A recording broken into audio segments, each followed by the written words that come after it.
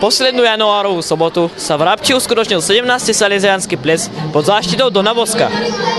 Na sviatok Dona Boska usporiadáva každoročne salesiánska rodina z námestova salesiánsky ples. Ináč tomu nebolo ani tento rok.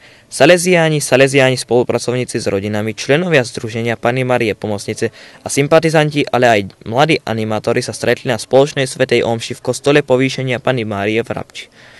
Po svätej omši sa presunuli do tunajšieho kultúrneho domu, kde bolo pre nich pripravené tradičné privítanie chlebom a soľou.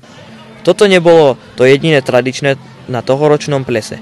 Omnoho tradičnejší bol odev hostí, vyzdobené oravské kroje, krásne kroje, tradičná výzdoba a ľudová hudba vytvorili dokonalú atmosféru na začatie plesu. Mladí si pripravili kultúrnu vložku ľudových tancov a tí starší za scénku na pobavenie plesajúcich. Pre rodiny boli pripravené aj netradičné súťaže ako pílenie dreva. Salesiánsky ples nie je len o tancovaní, ale hlavne o tom byť spolu celé rodiny, pozdieľať svoje zážitky, radosti či starosti, načerpať dobré rady od starších a tak povzbudený plný elánu prežívať svoje každodenné životy so svojimi rodinami. Čo sa ti páči na tomto salesiánskom plese? Na tomto salesiánskom plese sa mi hlavne páči taká dobrá rodinná atmosféra. Či už rodičia, mladými, animátori alebo deti sa tak dáme dokopy a vieme sa tak zabaviť a odreagovať, či už porozprávať. A takisto sa mi páči aj ten zvyk, tradícia, že aj my mladí sme sa tak obliekli do krov. Bude to taká veľmi dobrá spomienka aj pre nás. Aký vidíte význam v týchto salesiánskych plesoch?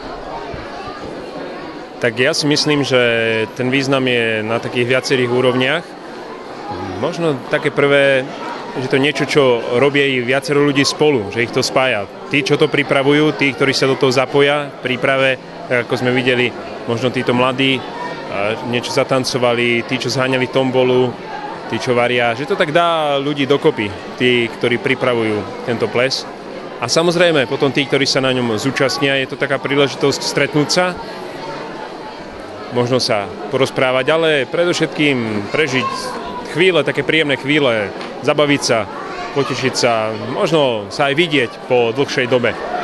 Takže tak by som povedal, že je to príležitosť budovať takú rodinnosť v rámci tej salesiánskej rodiny. Moje dojmy z tohto salesiánskeho plesu sú vynikajúce. Veľmi sa mi tu páči, že môžeme byť v krojoch. Myšlienka salesiánskeho plesu je naozaj pekná a preto by sa mal zachovať i do ďalších generácií. Z Rabče pre salesiánsku rodinu Matúš Katrak.